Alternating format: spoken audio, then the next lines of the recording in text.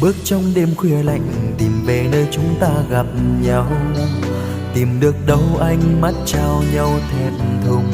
Bước tiếp trong vô vọng phải làm sao để anh gặp em. Về lại bên nhau siết tay nhau thật lâu.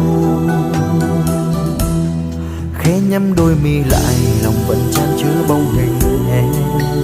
Đẹp như trong tranh vẽ nên bao nụ cười. Nước mắt trôi nghẹn ngào tìm lại giây phút trộm nhìn nhau. Buồn không em, vắng anh em buồn không? Phải chăng đôi ta được gặp nhau sớm hơn, là khi trái tim em chưa thuộc về ai, để không còn bao buồn đau cay đắng. Mình yêu nhau phải đâu là sai. Phải chăng đôi ta được gặp nhau sớm hơn, thì nước mắt đã chẳng ướt hoen tràn mi. Đến bao giờ dẫu ngàn năm trăng nữa, đường anh đi sẽ vắng bóng em người ơi, anh vẫn yêu.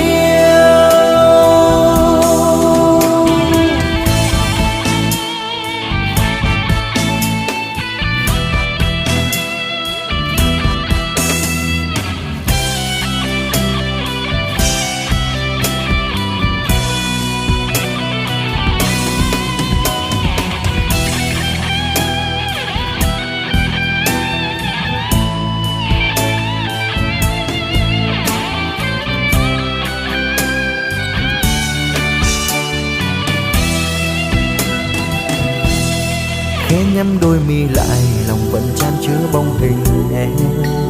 Đẹp như trong tranh vẽ nên bao nụ cười. Nước mắt trôi nghẹn ngào tìm lại giây phút trộm nhìn nhau. Buồn không em, vắng anh em buồn không? Phải chăng đôi ta được gặp nhau sớm hơn, là khi trái tim em chưa thuộc về ai, để không còn bao buồn đau cay đắng. Mình yêu nhau phải đâu là sai. Phải chăng đôi ta được gặp nhau sớm hơn, thì nước mắt đã chẳng ướt hoen tràn mi.